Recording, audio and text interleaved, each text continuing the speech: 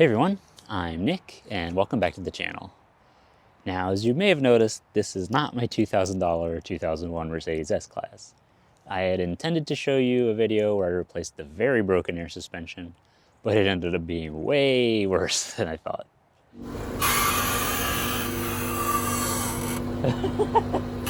If only I had known what was causing that creak, I would not have been laughing. I still can't believe we drove that thing like that. We're now doing the entire air suspension, well, everything except the lines, so it's going to take a little longer. You'll see that video next week. For now, I'm still working on a Mercedes. It's just a lot smaller and even cheaper than my S-Class. If you've been following the channel for a little while, you'll recognize this as my 2005 C-Class with a manual transmission and a supercharger that I bought for only $600.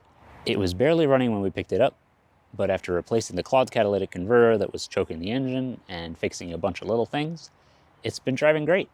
The only problem is that it's been smelling like burning oil when we first start driving, and from time to time, it's been marking its territory when parked. So today, we're fixing two common leaks with this supercharged 4-cylinder, the camshaft adjuster magnets and the vacuum pump.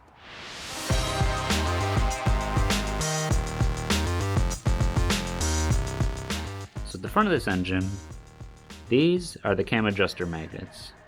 Now they can fail in one of four ways, or a combination of those. They can leak between the two metal plates here. They can leak from the O-ring that's between the magnet and the head. They can leak from the plug in the middle.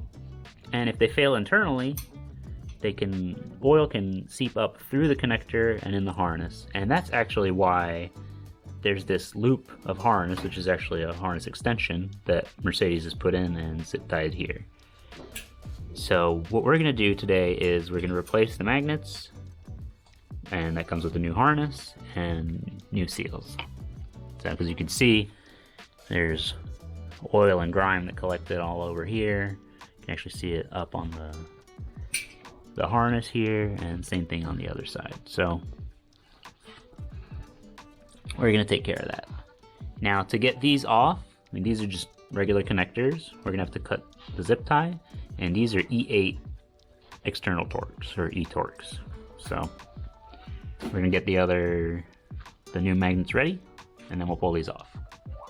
I've cut the zip ties, and we're gonna wanna disconnect these before we unbolt these completely, because apparently they can be pretty tough to take off.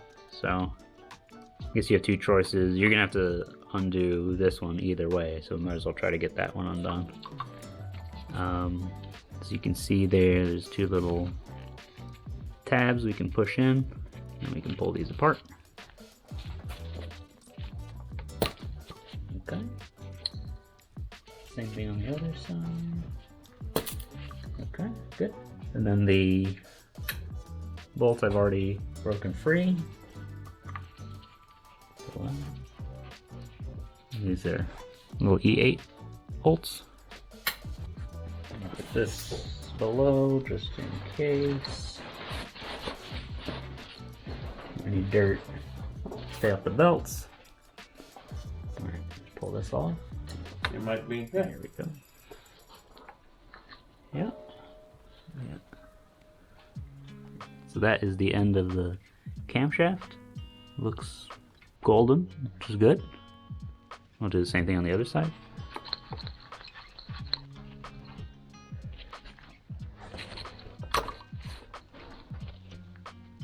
Second one, the O-ring came with it too. And that camshaft looks good as well. So we're gonna have to clean these surfaces there. And we'll put a new O-ring when we put the new ones on. So I just noticed in this connector here, you kind of see it's shiny there. This oil made its way up, so I'm gonna clean it with some contact cleaner, and that'll make it nice for the new extension on it. Yeah, so if given enough time, oil will seep up through this whole harness and over into the ECU, and that'll fry your ECU.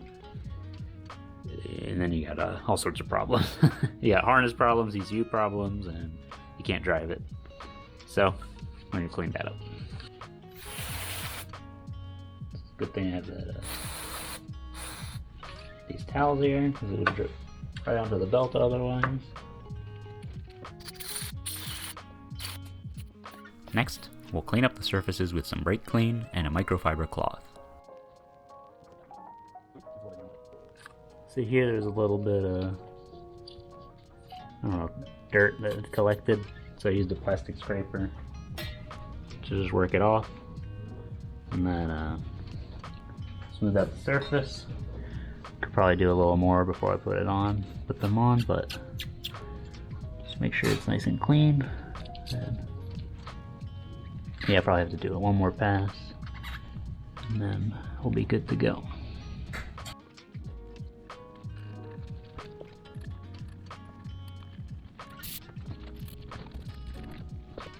So everything just pops in here. And I just have to roll it in. And let's see. Okay.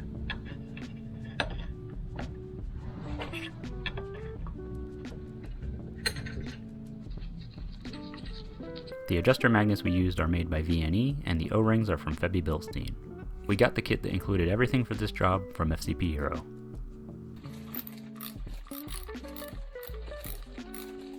Put the O-ring in, and here the plug that you have to push in. As you can see, it'll come out there. You can use a little bit of water to help it go in.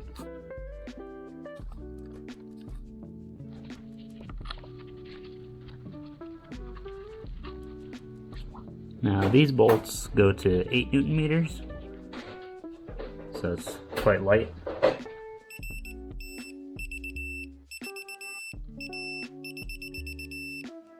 Here we have our pigtail.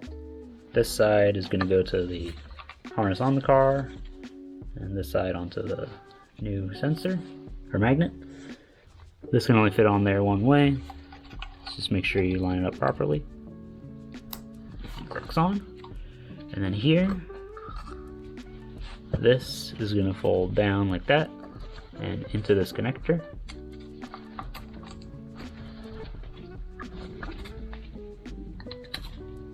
The same thing on the other side.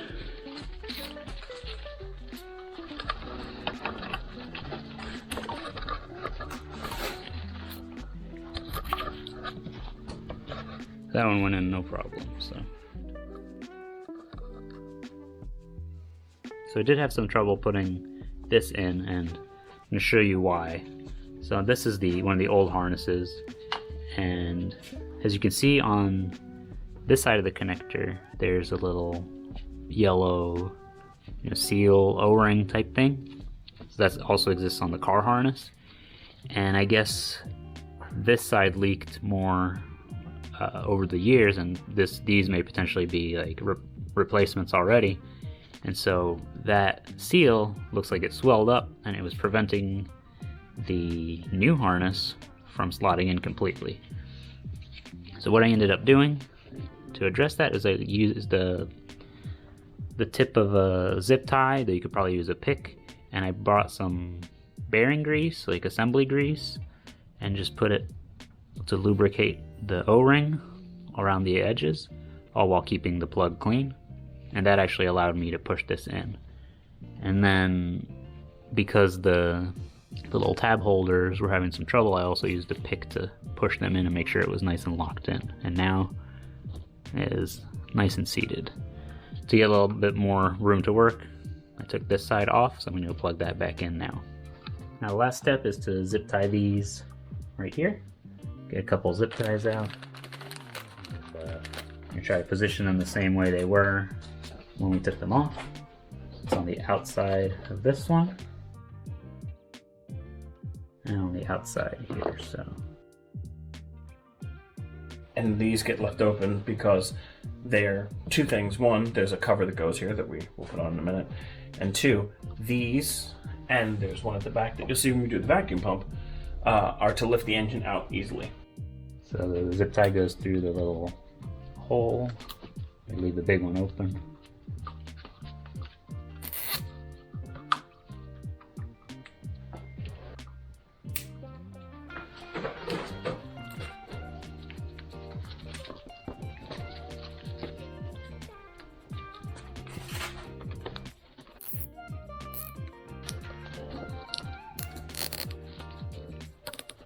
Yeah, that's good.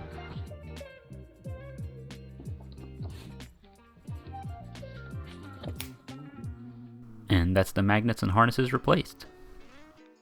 This is original Mercedes part A271-016-0024, and that is actually the front engine cover that we've been missing this whole time.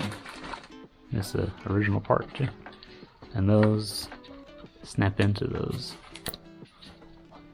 Yeah, looks great. Now back here, you may be able to see a lot of oil residue and down there. And that is because right here, you have the vacuum pump. And that is known for, over time, the seals failing and it's starting to leak out the bottom. So we're gonna remove this and replace our, replace the seals and rebuild it and put it back in. So the first thing you want to do is take the engine cover off, and then you'll have some access back here. The first thing you want to do to make a little room is to pull this hose off. And for that, I think we have to squeeze from the front and the rear. I think that's... Normally you should be able to remove the vacuum hose now, but ours was stuck. We were able to disconnect it later with the pump off the engine. On the side of the pump, the bolt is here. And on the other side, it's kind of on the inside of this engine lift point. But yeah, I'm going to keep removing this, and you want to hold the pump so it doesn't drop down when you remove the last bolt. There's only the two. Okay. Like that. Having the hose still in place makes it a little harder to remove the pump, but not impossible. As you can see, the bottom of this is pretty oily, and the gasket is not in great shape, so I'm gonna rebuild this. To take the vacuum pump apart, there are 5 T25 screws. To protect your hands from cuts, remove the original metal gasket that we'll be replacing. Ours was pretty stuck on because it looks like it's the original that was installed 183,000 miles ago.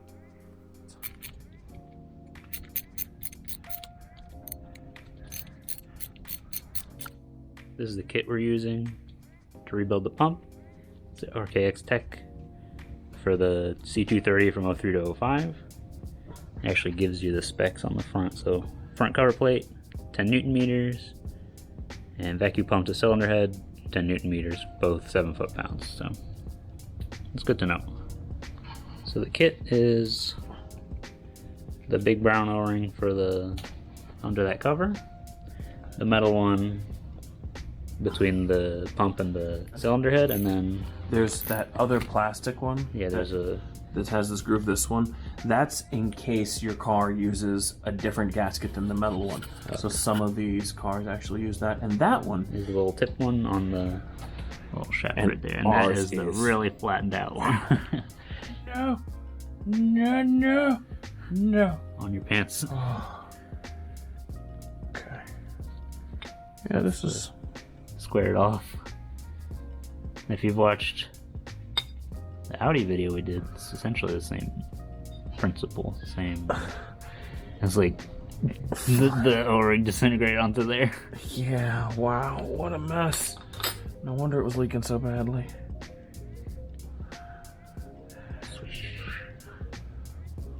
That oil is shiny. You have to clean that surface. For sure I do. I was gonna see if oh yeah. I gotta clean the interior surface too, so I guess I'm gonna be cleaning out the entire pump. Yeah, it's nice and squared off, as it shouldn't be. Yeah, looks like I'm gonna be cleaning the entire pump.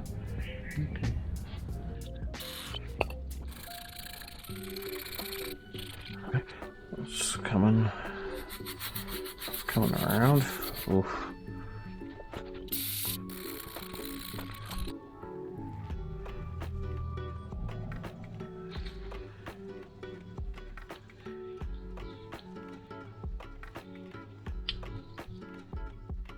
While we were cleaning the vacuum pump, it was also a good time to clean off the transmission. It looks a lot better now, and it shouldn't smell like oil anymore. Also, the reason why we're using a regular toothbrush on this and not something more abrasive like a nylon or a wire brush is just so that we don't scratch up this surface and cause more leaks, because these pumps tend to leak just fine on their own. Our new O-ring in? Yep. Are they going to get me to get the oil? Yeah, I just want to put a little oil in it to pre-oil it.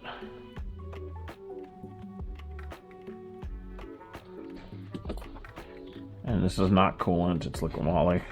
So anyone who's worried. Now we just take this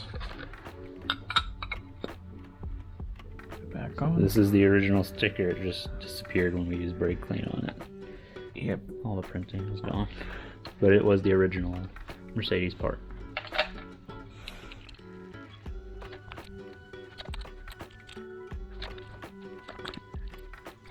These screws get torqued to 10 Newton meters, and you may need help holding the pump in place to tighten things up. Before we install the metal gasket, we need to make sure the mating surface is nice and clean. The tiny O-ring on the vacuum pump shaft became really hard over time, so it's tough to remove. Literally rock hard. Wow. That's... what?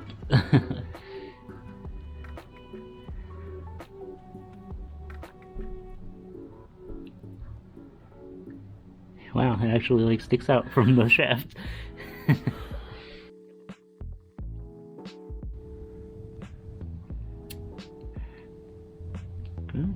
The nice part about these gaskets, and by the way, this gasket is, like you said, made by Luke. So is the pump. That's... And the nice part about this is it's keyed. So it clips into there. Yep, and locks itself in. So all you gotta do is position the drive. There wasn't a single seal on this thing that wasn't ruined. Yeah. Just try to position your pump drive to the same position it was when you took it off. That way it'll actually go in.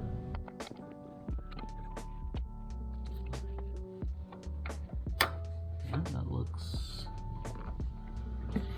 Nope. It's not going in. It's not rotated in the right place. The vacuum pump won't fit into place unless the drive mechanism is rotated to match the drive in the cylinder head.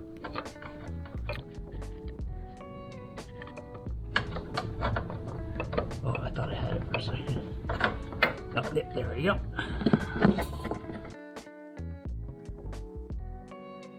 Before you tighten the screws, you want to make sure it's flat against the cylinder head.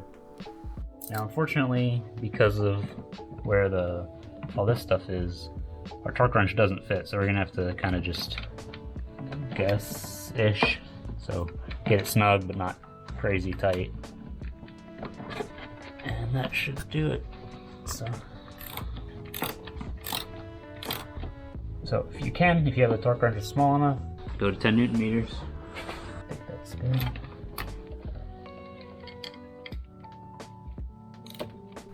And as a reminder, these bolts require an E10 socket. Okay. And then the last thing.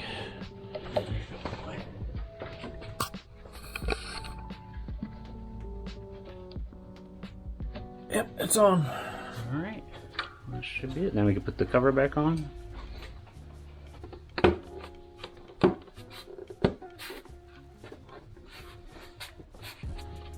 Looks like it. Yep. Cool. And that's our leaks fixed. We did have to use a couple of cans of brake clean and almost all of our microfiber cloths to clean the bell housing from the oil that came from the bad seals on the vacuum pump, but now there's no more burning oil smell. It also seems like the bad seals were affecting the vacuum system, so the car feels like it's running better now. Now this car has become really nice with all the work we've done to it, but right after we finished this work, the car had to go to the Mercedes dealership. They actually called us to tell us to bring it back, but that's a story for another video. There's still a couple of little things we want to do to improve this car, so you'll see it again in the future. If you enjoyed this video, or has made you want to pick up a dirt cheap C-Class, leave a like. Also, remember that I take no responsibility for the pain and suffering that come with a dirt cheap C-Class. I do this so that you don't have to. That said, if you can find one for $600 or less, let me know in the comments. If you enjoy watching me rescue cheap European luxury cars like this, my $2,000 S-Class, or my $1,500 Range Rover, subscribe. Thanks for watching, and I'll see you next time.